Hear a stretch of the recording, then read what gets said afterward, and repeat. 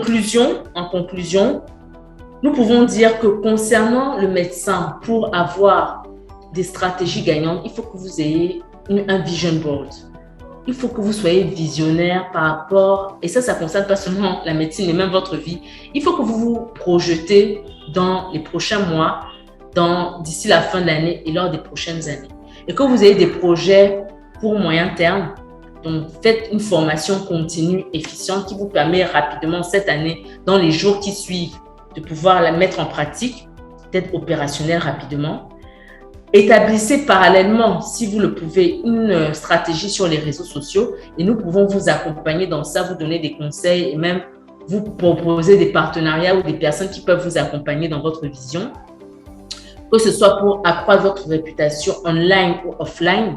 Et sur le long terme, formalisez, bien sûr, vous aurez donc tous les outils, toute la réputation, toutes les recommandations, tous les partenariats et aussi toutes les conditions qu'il faut pour maintenant ensuite un mendiant déguisé avec tout ce que j'ai dit déjà précédemment. D'accord? Le médecin doit être quelqu'un de vraiment respecté, respectable et ne pas se sentir diminué par qui que ce soit.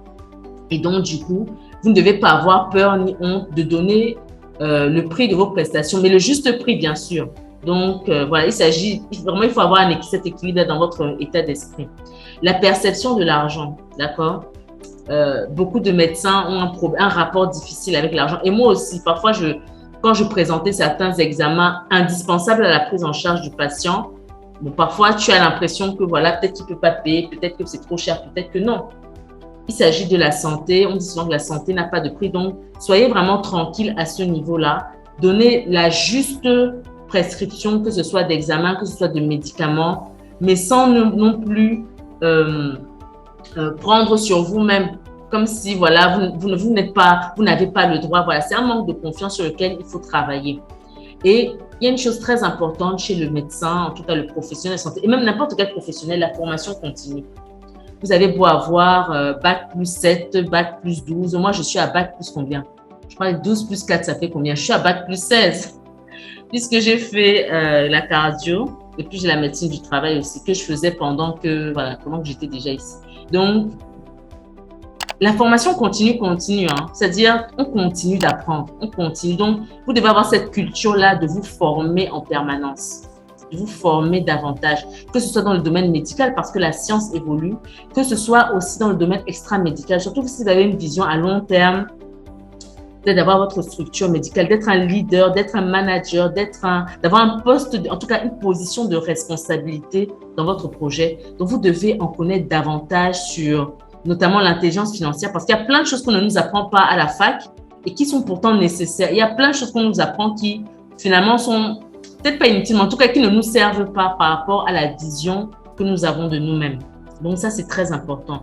Donc, il est important, justement, je parle de karma, la prise de conscience. Donc, il faut cette réelle prise de conscience-là et comprendre que tout se paie en fait. Si vous êtes un braqueur de patients, tôt ou tard, votre réputation va en souffrir.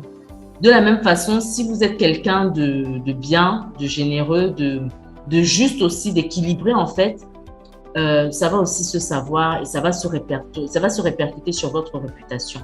D'accord? Et il faut comprendre aussi que, en fait, vous êtes vous-même le moteur du changement de votre vie. C'est vous qui devez changer votre vie. Ce n'est pas l'État qui va vous affecter dans le plus grand hôpital du Cameroun et vous payer 1 million par mois ou 2 millions ou 10 millions, je ne sais pas. C'est vous-même qui devez vous-même prendre sur vous. D'accord? Donc, vous êtes responsable de votre avenir professionnel et même au-delà de la profession.